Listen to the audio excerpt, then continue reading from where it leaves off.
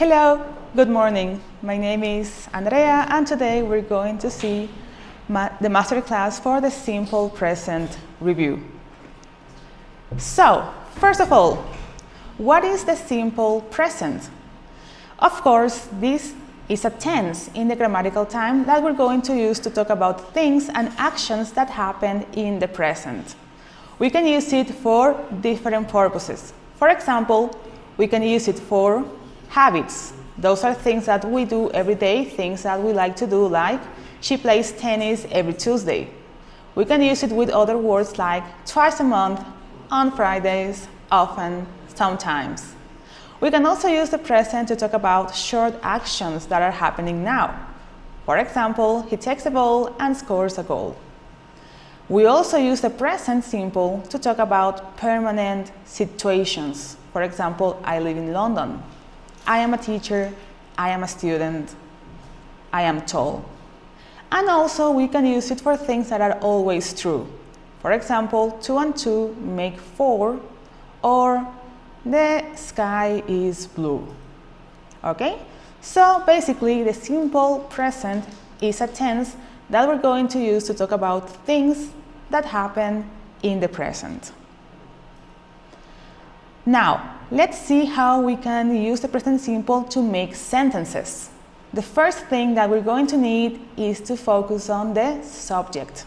Remember that the subject can be a pronoun like I, you, we, they, he, she, it, but it can also be a name like Maria, Francisco, Peter, etc. You can also use other types of subjects like my teacher, my friends, my sister, my family. So, the first thing that you will need to have is your subject, that is the person that you're going to be making the sentence about, and then the verb. Let's take a look at the examples that we have here. First, we have I eat, you run, we dance, they play, my sisters sleep. Very easy. And then on the other column we have he eats, she runs, it dances, the boy plays, my sister sleeps. What difference can we see here? Yes, we're going to see that the second column has an S that we're going to add at the end of the verb. This is very important to remember when we are making sentences in the simple tense, present simple tense. When we have he, she, it, or any other subjects that are third person singular, we are going to add an S at the end of the verb. Okay? So the structure for this tense is going to be subject plus verb. There you are going to add an S if it's he, she, or it, and finally a complement. Remember that the complement is optional and it's going to give more context about what you're talking about in your sentence. There you can see an example with colors so that it's easier for you to understand this structure. We have Zara, that is the subject, sleeps, that is the verb, and we added S because Zara is she, that is the third person. At 10 p.m. every day. That would be the complement. So, Sarah sleeps at 10 p.m. every day. This is a sentence in the present simple. It has a subject, Zara, it has a verb, sleeps, and also the complement, at 10 p.m. every day. This is the basic structure when you write or speak in the simple present tense. Let's look at some other examples. Here we have I eat rice every day. He eats bread every day. See how it changes. When we're talking about he, we add the S in the verb. The next example says, we play soccer. And the other one says, she plays golf. Okay, you can see how we always use that S at the end of the verb. Okay? Next example, you run fast, Sam runs slowly. Okay? Remember, Sam is he. So in this case, that is why we add the S at the end of the verb. And the final example, the babies sleep at night. Their mom sleeps too. Okay? So, when you are writing sentences or speaking or completing exercises, always make sure that you can identify the subject, because if the subject is he, she, or it, you need to remember to add S at the end of the verb. So, let's remember this simple rule right now with these activities. Here we are going to have some sentences. Right now you can pause this video and try to answer on your own time. After you are done with that, we will check the correct answers and why. Okay, let's see. In the first sentence we had, I like chocolate and ice cream. That is correct. I like. It doesn't need the S. In the second sentence we have, she helps sick people. That is the rule that we mentioned just now. She helps. The next sentence says, the boy kicks a soccer ball. Remember that the boy is he. The next sentence, Mary reads books every day. Mary is she. So, she reads books every day. The next example says, they speak English very well. It doesn't need S. That's great. And finally we have we wear our coats in winter. Again, it doesn't need an S. So, for the last time, only he, she, it are going to need S at the end of the verb. So, when you're adding S at the end of the verb, there are some rules that you need to know about. There are some cases that are specific to certain verbs, certain words, which we're going to see right now. So, for most verbs, we are only going to add S, like we see here. Like, likes. Eat, eats. Cook, cooks. This applies for most of the verbs, but now we're going to see the exceptions. The first exception is going to be for those words that end in ch, sh, s, and x. So, words like catch, brush, kiss, or mix. When you have any of these words that end in those specific syllables, then you're going to add ES. So, catch becomes catches. Brush becomes brushes. Kiss becomes kisses. And mix becomes mixes. So we can say, the boy catches the ball, for example. Or, my mother mixes the batter. Okay? That's how we're going to use the S at the end of the verbs when we have this ending in the verbs. Okay? The next exception that we're going to have is when a verb ends in consonant plus Y. For example, fly or fry.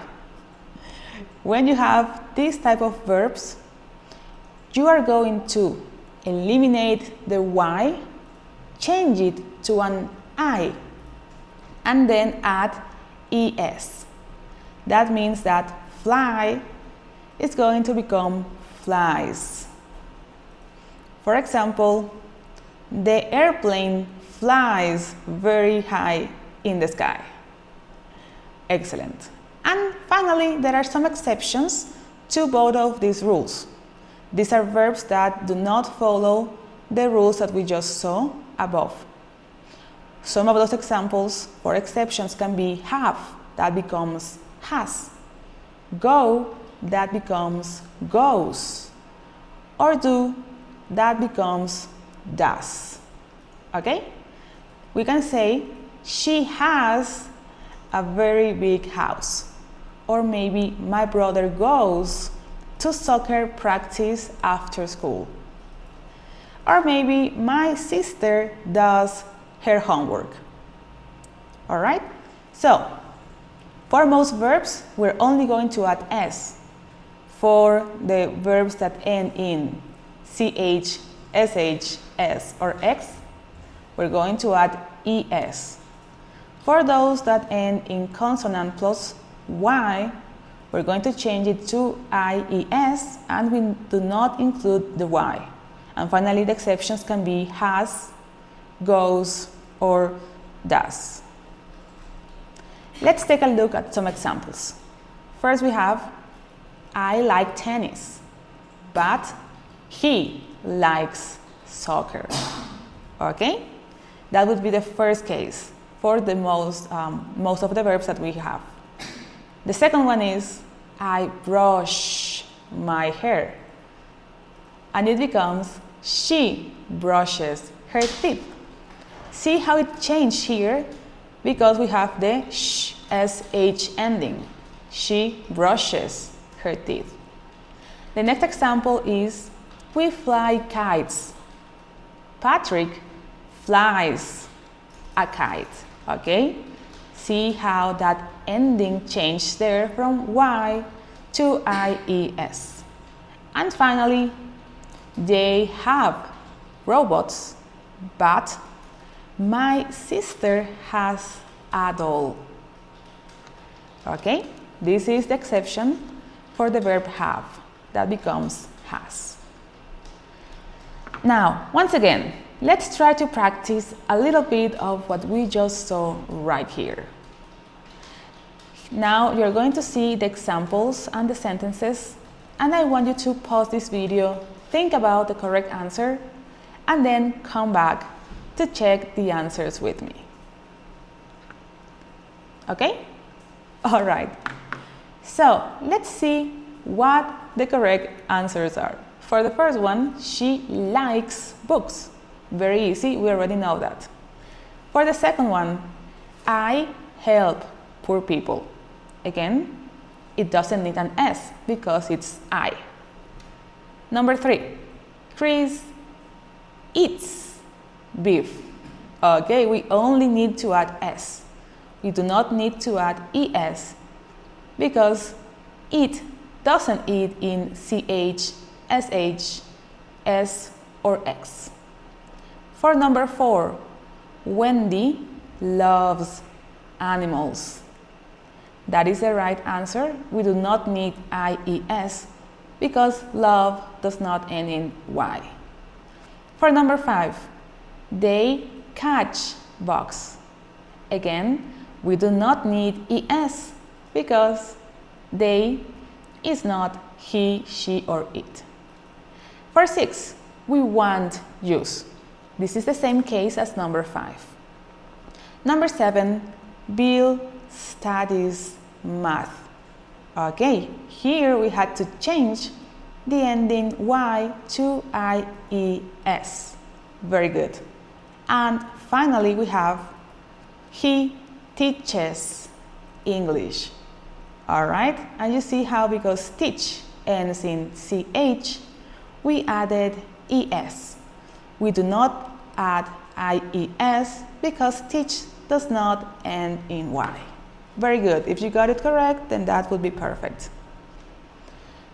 Now, let's talk about how to make negative statements with the simple present. So, what we're going to need here for the structure is going to be the subject and then an auxiliary. This is going to be do or does and then not. After that, we're going to have the verb and complement. So, how do we know if we need to use do or does? Once again, you're going to use do for I, you, we, they. Okay? And you're going to use does for he, she, it. So, that's the rule. only use does for he, she, it. So, let's take a look at one of these examples. I can say, you do not like coffee, or she does not work on Saturdays. See how in the first example, you do not like coffee? We are using do. That is because the subject is you. But in the second example, we're using does. And that is because the subject is she. Now, on the chart, you're going to see more examples of that. For example, I do not or don't work. That would be the contraction that we're going to use for do not. In some cases, you can choose to use a contraction instead of do not. So you can say don't. We can also say something like he does not play, or he doesn't play. That would be the contraction for does not.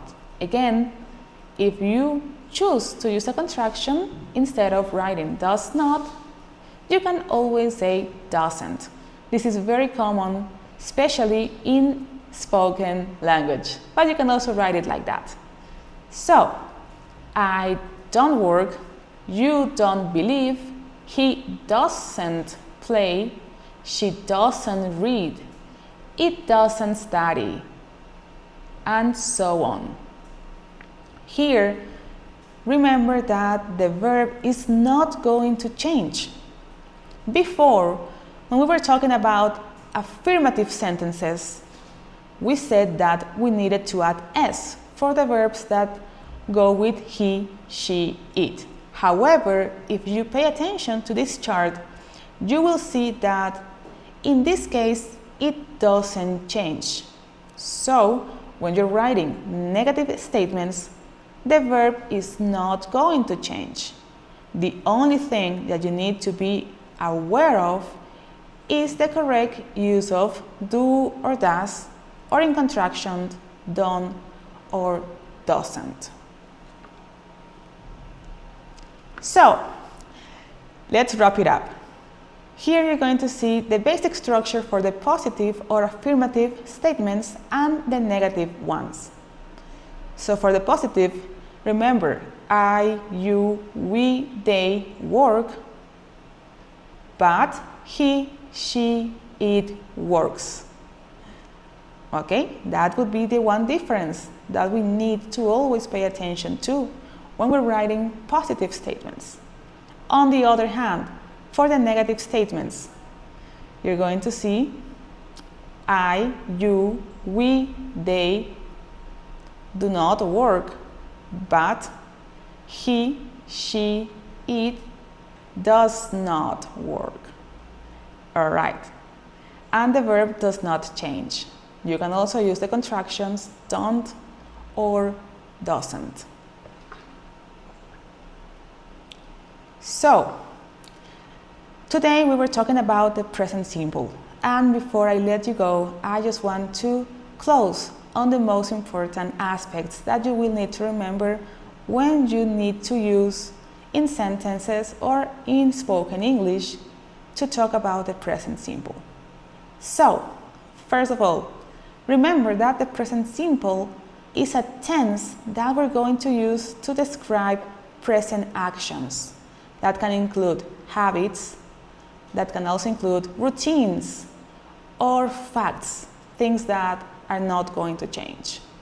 Mostly we use them to describe those actions or just actions in general or states. We can also use contractions for the negative statements, such as don't or doesn't. This is very common, especially in spoken English, and you will always hear this when you're speaking to someone else or communicating in real life. And finally, the most important thing to remember, to add the letter S to the verbs he, she, or it in the affirmative sentences. Don't forget that this rule has some exceptions, the ones that we already saw, like adding es to the verbs that end in ch, sh, S or X, changing Y to IES, and others that can be totally changed, like have to has or do to does. So that will be all for today. Thank you so much for watching my class, and have a good day.